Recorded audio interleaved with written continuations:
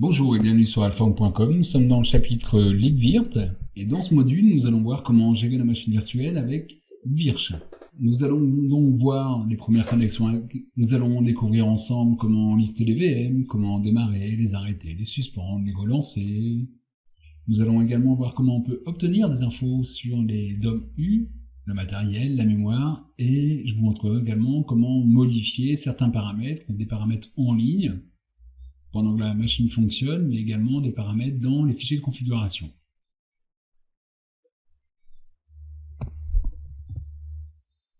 Alors, il y a deux modes pour se connecter sur Virch. Soit on l'utilise en mode interactif, soit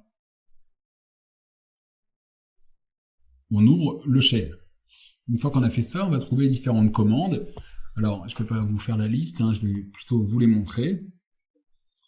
La commande Virch donc nous permet de se connecter avec -connect comme ceci, de se connecter sur un QEMU par exemple, QEMU étant le QEMU KVM, j'entends, mais également sur d'autres types d'hyperviseurs, et on peut se connecter soit à distance, soit en local. Nous on fonctionne en local sur notre machine, donc je vais tout simplement indiquer, je souhaite me connecter sur un hyperviseur de type QEMU KVM, de type système.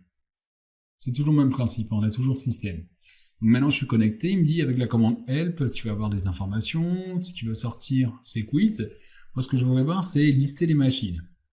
Alors je tape la commande list, et je vais utiliser la tabulation. Je vais mettre deux coups de tabulation, et il me propose ici toutes les options de liste. Par exemple, toutes les machines. Détirer list all. Je vois les machines en cours d'exécution. Des machines sans snapshot par exemple. Donc without comme ça, snapshot. Là je vois que les machines n'ont pas de snapshot. Celles avec des snapshots par exemple. Donc je ne vais pas toutes vous les faire, mais vous comprenez l'idée. Ça nous permet de filtrer en fait nos machines. Donc on peut démarrer, arrêter, suspendre une machine également. Alors pour arrêter une machine, je ne vais pas utiliser Virch puisque je suis déjà dedans, je peux faire tout simplement un shutdown.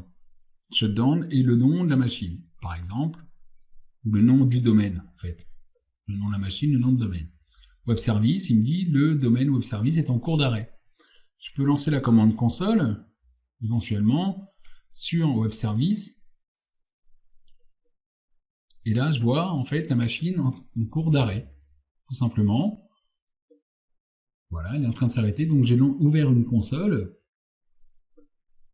qui me permettait de voir la machine. Donc voilà, la machine est arrêtée. Si maintenant je veux sortir de la console, il me le sort automatiquement pour le coup, parce que je l'ai arrêté. Donc je peux également faire un reboot. Donc même principe, je vais faire un petit list. Là vous voyez, je vois pas les machines actives, je vois les machines qu'actives. Donc si je veux voir toutes les machines, ou même celle inactive, je peux proposer ici, on va trouver inactive. Je valide, on voit les machines inactives. Alors je vais démarrer ma machine. Pour ce faire, j'utilise la commande start web service, comme ceci. Et ma machine a démarré. Je refais mon petit list, je peux faire un CTRL-R, vous voyez. Alors, je vais faire un petit all comme ceci, je vois donc toutes les machines. Je vais faire un petit CTRL-L pour faire un petit nettoyage, je vais refaire mon petit list comme ceci. Voilà. Alors si par exemple je veux rebooter ma machine, je fais un reboot, web service, et ma machine va redémarrer. Donc il me dit elle est en cours de redémarrage, je fais mon petit list dessus, elle est toujours en cours d'exécution, c'est normal. Alors, si ma machine a un problème, par exemple on va supposer que NetService a un souci, j'arrive pas à l'arrêter correctement, ce que je peux faire, c'est forcer l'arrêt du guest. À ce moment-là, je vais utiliser la commande destroy. Destroy, le nom de la machine. Service, comme ceci. Et il m'a dit le domaine NetService est détruit. Alors, il n'est pas détruit au sens supprimé, mais il est tout simplement plus actif. Donc, je vais relancer inactive, je le vois ici. Donc, je vais le redémarrer, comme ceci. Donc, tout simplement, le nom du domaine sur lequel je travaille, ou avec lequel je souhaite travailler. Je peux également suspendre une machine, c'est-à-dire la mettre en pause. Donc, pour ce faire, j'ai la commande suspend. Je vais mettre, par exemple, web service en pause. Voilà, le domaine est suspendu. Je fais un petit nettoyage, comme ceci de mon écran, et je refais ma petite liste. Ici, je vois mis en pause. Si je veux le récupérer, j'ai la commande résume et le nom de ma machine. Donc, web service, comme ceci. Voilà, hop, il est réactivé et il est maintenant en cours d'exécution. Donc ça me permet, juste pour finir, aussi on a également la commande reset qui me permet de faire un mauvais reboot dessus ou de forcer un reboot. Voilà, elle a été resetée, donc il est reparti en cours d'exécution. En fait, il l'arrête et il la redémarre automatiquement. Sans passer par les shutdowns ou les reboots, il ne fait pas ça gentiment, il fait ça méchamment. Donc ça, c'est tout ce qui concerne le démarrage et l'arrêt des machines. Après, on peut obtenir des informations sur les machines. Par exemple, je veux avoir des infos sur une des machines. Je fais donc un DOM info sur web service, par exemple. Et je vais récupérer, vous voyez, donc un numéro d'ID, son nom, un UUID avec lequel on peut travailler, son type de SE, il est en cours d'exécution, le nombre de CPU, la RAM utilisée, par exemple, la mémoire max et la RAM utilisée. On voit qu'il est en démarrage automatique disable. Sécurité modèle. Alors, je peux avoir des infos par exemple uniquement sur la mémoire, donc à ce moment-là, je vais taper dom mem stat. Dom mem start comme ceci. Alors toujours pareil, vous voyez, il y a config current et live. Ok, et le nom de la machine, web service. Donc voilà l'état de ma mémoire. Actuellement, j'utilise donc 520 mégas. Je peux également récupérer uniquement l'état de ma mémoire avec domstat, comme ceci. Non, pardon, pas l'état de ma mémoire, l'état de la machine, domstate, plutôt que domstate, et web service, tout simplement. Voilà, il me dit elle est en cours d'exécution. Alors si je fais un domstat, stats, cette fois-ci, on n'aura pas la même chose, on aura des stats. Donc on voit des stats sur le CPU, par exemple, sur les blocs, c'est-à-dire les périphériques de disque, tout simplement. Je peux également vouloir lister les disques, par exemple, alors je peux faire un DOM BLK, list de ma machine, web service, et là je liste tout simplement les disques. Je voudrais avoir des infos sur un périphérique, je vais donc faire un DOM BLK info, la machine avec laquelle ou sur laquelle je souhaite récupérer les informations, ou à partir de laquelle je souhaite récupérer les informations, et son périph, tout simplement. Donc voilà, j'ai la capacité, ce qui est alloué, est physiquement alloué. Donc on a la même chose en fait. Je peux également avoir des informations comme ceci sur les interfaces. Donc toujours, hop, je vais récupérer les interfaces. Je vois ici une interface VNet. Interface VNet, qu'est-ce que c'est? C'est tout simplement la carte qui a été bridgée sur le cas VMBR0. Alors ça n'a rien à voir avec la carte que j'ai à l'intérieur de ma machine, qui elle est en ETH0 bien sûr. Donc je peux au besoin récupérer des stats sur cette carte. Donc je précise tout simplement de nouveau la machine et la carte en question. VNet 0, comme ceci. Hop, je fais un petit nettoyage. Et je récupère donc tout ce qui est paquet, erreur, et ce genre de choses de la carte correspondante. Donc si j'ajoute une nouvelle carte, j'aurai donc deux cartes. Si j'ajoute une carte, en fait, je devrais l'attacher. Alors ce que je peux faire, juste histoire de vous montrer ce qu'on peut également faire, c'est positionner des informations, comme par exemple maxmem et setmem. Les CPU également. Alors si je fais setmem, alors je vais faire un petit DOM info avant, quand même. Je vais faire un petit DOM info sur web service. Et ici, je vais trouver donc la RAM utilisée, la mémoire max et ma RAM utilisée. Je souhaite descendre la RAM utilisée. Setmem, web service. et je vais la mettre en kilos. Donc hop, je copie ça, et je vais dire maintenant, je veux que tu fasses 300 MB. Voilà, 320 MB. Je refais mon petit DOM info, et on la voit ici, passer en 300 MB. Ok, donc ce que je vais faire un petit reboot, ou bon, je vais faire un reset de ma machine. C'est pas terrible, mais c'est pas grave. J'ai un petit reset de web service, comme ceci, donc elle a redémarré. Méchamment. Je fais un petit nettoyage, et je refais mon petit DOM info. J'ai toujours la mémoire que j'ai positionnée. Si maintenant j'arrête ma machine, alors je vais faire un destroy pour l'arrêter méchamment, comme ceci, web service. Ma machine est donc arrêtée, je vais faire un petit DOM info ici pour voir l'état de web service. Je vois pas de RAM utilisé, c'est tout à fait normal, elle n'est pas en exécution. Donc je ne risque pas d'avoir, et j'ai pas d'ID non plus. Ok, donc ce que je vais faire un petit start et je vais redémarrer ma machine. Donc start web service. C'est parti, maintenant je refais mon petit DOM info, et là je vois que je suis repassé en 524, alors que j'avais spécifié tout à l'heure 320 mégas. Donc ça veut dire quoi? Qu'il n'a pas conservé, tout simplement, la configuration, parce qu'on n'a pas inséré dans le fichier de configuration de la machine. Donc si je refais mon set même, comme ceci, donc web service, par exemple, je vais remonter, je vais prendre donc, je vais prendre ça, voilà, et là, je vais lui indiquer, par exemple, 200. Ok. Et on va aller faire un petit tour dans le fichier de configuration, et pour ce faire, je fais un edit web service, comme ceci.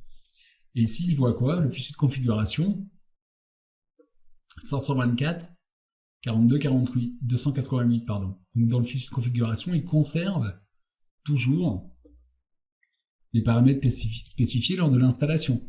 Alors je vais juste sortir un petit instant, et je refais mon petit virch. Ok. Donc, je fais mon list all, comme ceci, 2-all. Je vois ma machine. Je fais donc un DOM info pour voir l'état de web service. Comme ceci, je vois que je suis en 220 au niveau de la RAM, mais je souhaiterais conserver ces paramètres. Donc, pour ce faire, soit je fais un edit, c'est possible aussi, je fais edit comme ça, web service, et là je vais l'éditer. Alors, j'évite de l'éditer comme ça, j'évite de l'éditer à la main.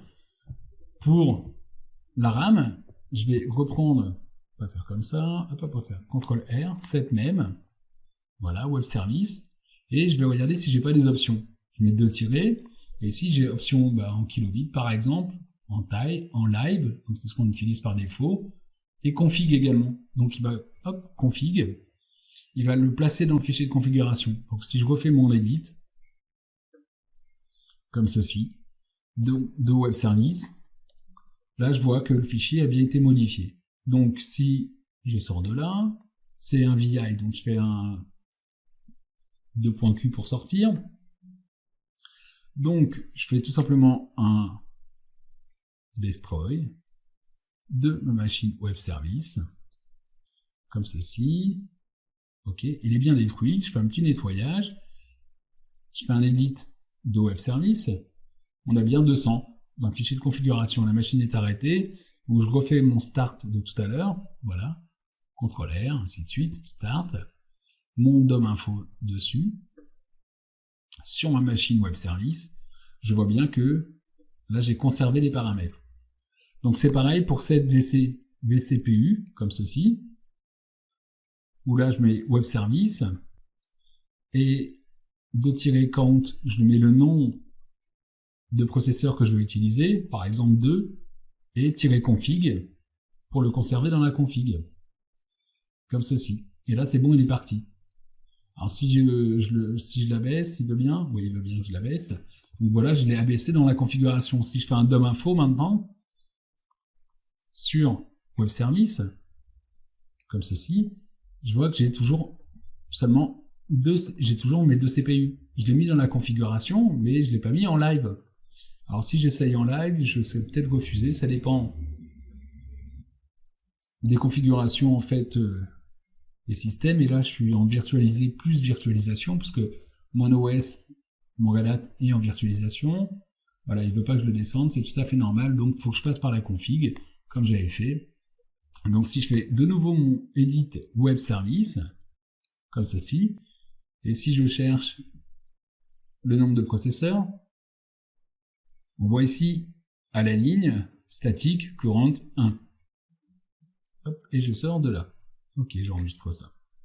Ok, donc si maintenant je souhaite les modifier directement, je vais faire un petit list all comme ceci, liste 2-all. Je vais arrêter méchamment avec la commande destroy net service. Mince, net service. C'est bon, je l'ai bien noté. Ok, je peux faire un edit donc de net service comme ceci. J'édite, j'ai son fichier de configuration. Par exemple, je vais ici modifier l'élément. Je vais mettre 3 par exemple CPU. J'enregistre, ok, et je démarre donc ma machine net service. Ok, si je fais un DOM info dessus, DOM info net service, voilà, je vois mon CPU, donc j'ai pas besoin de faire, avant on avait besoin, c'est pour ça que je voulais vous le montrer en fait, avant on avait besoin de redéfinir le fichier qui se trouve dans etc lib-virt. Je vous le montre si vous avez l'occasion d'utiliser notre version dans QEMU netservice.xml. Comme ceci. Et là, je redéfinis le service. Donc il a été défini, et à ce moment-là, il prend bien la configuration, mais tant mieux, il la prend rapidement maintenant. Alors, on se crée un nouveau disque qui se trouve, alors je vais sortir de là, je fais un petit quit, qui se trouve dans var lib kvm vm, alors je sais pas pourquoi j'ai mis CentOS, et qui s'appelle web service _ data. Donc je vais récupérer les infos dessus, sur ce disque-là, img, hop, info, et donc je vois la taille du fichier, tout ça, et donc voilà le chemin de fichier. Donc je vais me connecter avec Virch, hop, je refais ma petite connexion, voilà. Alors je vais faire un petit quit comme ceci, j'aurais pu rajouter ici, plus SSH. Et comme ça, au moins, on ne voit pas ce qui se passe sur la machine, si c'est distant, c'est plus sympa. Ok, alors je fais un DOM blk list de ma machine web service. Donc j'ai un disque, et ici je voudrais ajouter mon disque. Je vais faire donc, je vais utiliser la commande attache. Alors on voit qu'il y a attache device, par exemple, attache interface pour des cartes réseau, et attache disque. Alors, je fais un petit nettoyage, attache disque tout en haut, je mets la machine sur laquelle je veux fonctionner, la source et le disque qui va être accessible dans la machine, qui s'appelle VDB, parce qu'il y a un VDA qui est déjà présent. Je fais maintenant un DOM blk list de la machine, bien sûr, toujours, voilà, comme ceci, et là je vois bien mon fichier qui est là. Alors, dans quel état est la machine? Si je tape la commande console sur web service, ok, j'ai plus qu'à me loguer sur web service, je mets le petit mot de passe qui va bien, ok, et je vais faire un petit fdisk sur dev sdb. C'est normal, le V ne marche pas. Là, on voit bien, le SD ne marche pas, c'est le VD. Pourquoi? Parce que, voilà, et là, je peux le partitionner, par exemple. Bon, je vais sortir de là, pas grand intérêt, mais on voit le disque, on peut y accéder directement. Et si je fais un petit lspci dessus, ici, je vais trouver mon disque quelque part, de type VirtuoBlock. Et comme il est noté en plus VDA, ça veut dire qu'il est en Virtuo, tout simplement. Alors je vais sortir de là, je vais faire donc, hop, c'est CTRL crochet, voilà. Donc c'est CTRL crochet fermé, pour sortir de ma console. Là, si je fais un edit web service, pour voir ce qu'il y a à l'intérieur, si je recherche le disque à l'intérieur, je vais faire une recherche sur disque, comme ceci, dans mon fichier, je vois le disque ici, le web service 1, je continue, je cherche d'autres disques, ah, je trouve pas, normal, je vais sortir, comme d'habitude, donc, lorsque j'ai fait mon attache disque, j'aurais dû passer par config. Et là, il conservait la config. Donc si je refais maintenant mon petit edit, logiquement, je vais le trouver à l'intérieur. On le voit ici, en face de moi, ou en face de vous également. Ok, donc il a gardé la configuration. Maintenant, ce que je peux faire éventuellement, c'est le détacher. Détacher mon disque. Donc je détache le disque sur la machine web service. Et qu'est-ce que je détache comme disque? Le périphérique VDB. Comme ceci. On va faire un petit contrôleur, list, dom blk list. Donc on voit que le disque est plus là. En revanche, si je refais mon petit edit sur web service, comme ceci, je recherche le disque. Et là, le disque est toujours là. D'accord? Donc quand je vais redémarrer ma machine, il va le reprendre en compte. Donc si je voulais pas le conserver, de nouveau, je tapais config ici. Et voilà, là c'était bon. Je refais mon edit de nouveau. Je recherche le disque de nouveau. Et là, hop, on le voit plus du tout. Alors ça sert pourquoi? Pour de l'USB par exemple. Ou lorsque je veux le monter de façon persistante, je veux monter mon disque, je peux passer par là. Voilà donc ce qu'on a couvert donc dans cette vidéo. L'utilisation, on va dire pas si basique que ça, de Virch. Donc maintenant on sait lister les VM, voir les VM qui tombent sur les machines, se connecter éventuellement sur d'autres hyperviseurs. On sait les démarrer, les arrêter, les suspendre, les relancer, les arrêter méchamment lorsqu'il y a un problème dessus. On sait obtenir également des infos. Alors on a très bien pu faire, juste je vous montre ça rapidement. Je vais sortir de Virch. Alors Virch, j'aurais pu utiliser par exemple Virch domaine info, ou dom info plutôt, la machine correspondante, et je fais un petit grep et je vais chercher par exemple mem. Alors je fais hop, comme ceci, alors j'ai pas grand chose. Si je fais mem, alors je vais refaire un dom info sans mon petit grep.